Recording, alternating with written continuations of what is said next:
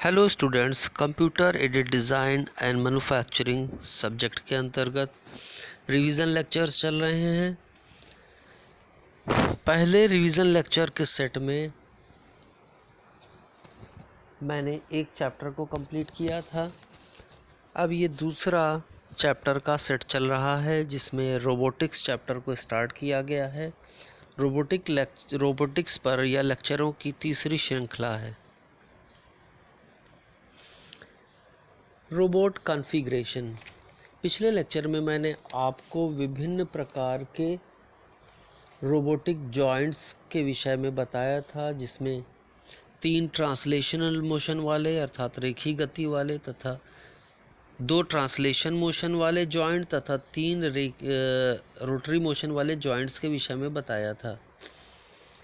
और मैंने आपको रोबोट का एक चित्र दिखाया था जिसमें बेसिक एलिमेंट्स ऑफ रोबोट बताए गए थे। उसमें विभिन्न प्रकार के लिंक्स को जॉइंट के द्वारा जोड़कर रोबोट का कॉन्फ़िगरेशन बनाया गया था, अर्थात रोबोट के टाइप्स बनाए गए थे। आज के लेक्चर में रोबोट के कॉन्फ़िगरेशन या रोबोट की संरचना के विषय में बताया जाएगा। विभिन्न प्रकार के रोबोट के कॉन्फ़िगरेशन बनाए गए हैं जिनसे विभिन्न प्रकार के कार्य लिए जा सकते हैं। तो 5 प्रकार के रोबोट के कॉन्फ़िगरेशंस प्रयोग किए जाते हैं। विभिन्न प्रकार के रोबोट कॉन्फ़िगरेशन विभिन्न प्रकार के रोबोट लिंक तथा जॉइंट का कॉम्बिनेशन है, जिसे एनाटॉमी ऑफ रोबोट भी कहते हैं। आजकल इंडस्ट्रियल रोबोट में निम्न 4 प्रकार के कॉन्फ़िगरेशन तथा एक विशिष्ट प्रकार का कॉन्फ़िगरेशन प्रयोग किया जाता है। इस विशिष्ट प्रकार के कॉन्फ़िगरेशन का नाम SCARA selective compliance assembly robot arm है।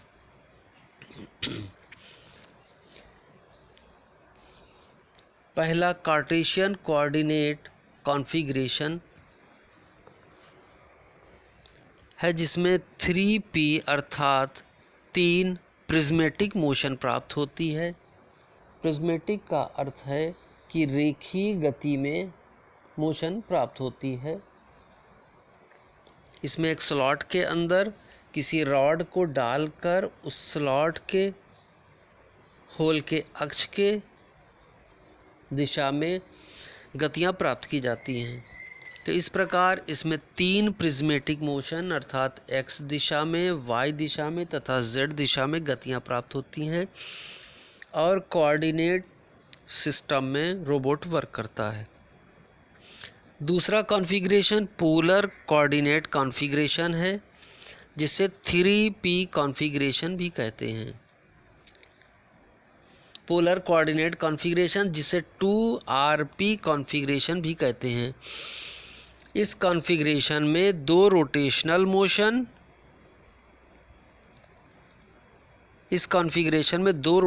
मोशन तथा एक प्रिज्मेटिक मोशन प्राप्त होती है, अर्थात 2 अक्षों के परितः रोबोट कोणीय गति कर सकता है तथा एक अक्ष की दिशा में रोबोट रेखीय गति या प्रिज्मेटिक मोशन कर सकता है।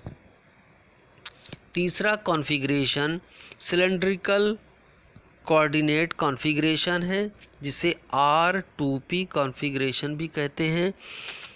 इस कॉन्फ़िगरेशन में रोबोट में एक रोटेशनल मोशन तथा 2 प्रिज्मेटिक मोशन या 2 रेखीय गति प्राप्त होती है, अर्थात एक अक्ष के परितः रोबोट कोणीय गति कर सकता है तथा 2 अक्ष की दिशा में रोबोट का कॉन्फ़िगरेशन रेखीय गति कर सकता है।